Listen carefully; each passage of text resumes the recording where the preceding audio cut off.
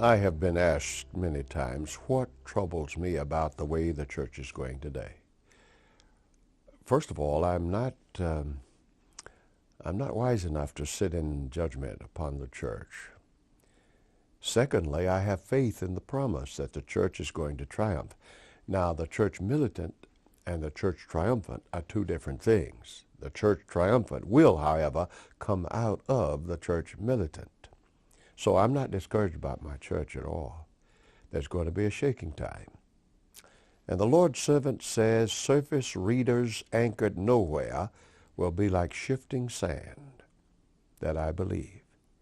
But don't go judging who will go out and who will stay. Some that you think are going to become stronger than ever and stay. And some that you think were staying are going to walk away, giving heed to seducing spirits and doctrines of devils. They're going to follow people. They're going to follow convenience. They're going to follow ease.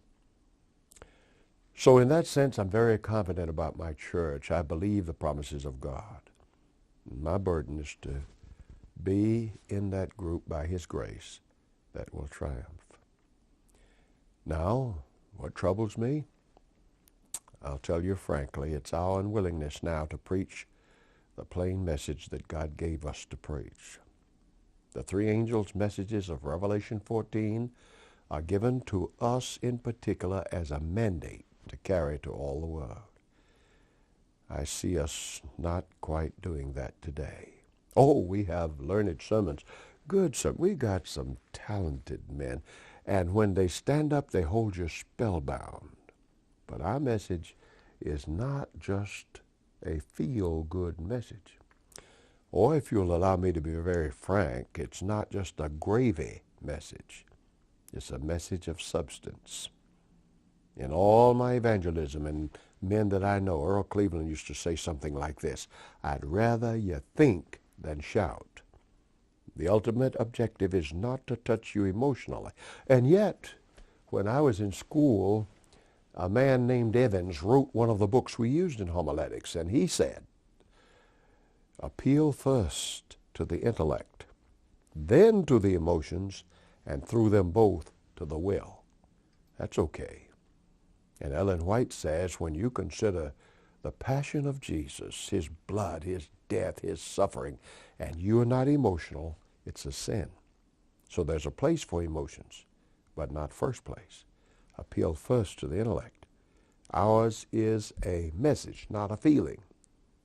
It's not just a lot of nice things you say. It is a specific message. Now, when I pastored, I tried to do my best, and I had divisions of sermons. Sabbath I called pastoral. Sunday night I called evangelistic. Wednesday night I called apocalyptic. On Wednesday nights I like to talk about the sealing work, the shaking time. These were things especially pertinent to members of the church. And so that's what my burden is today.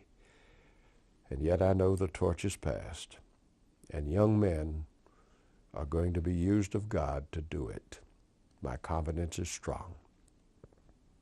But let's get the work done by preaching the message God has given to us.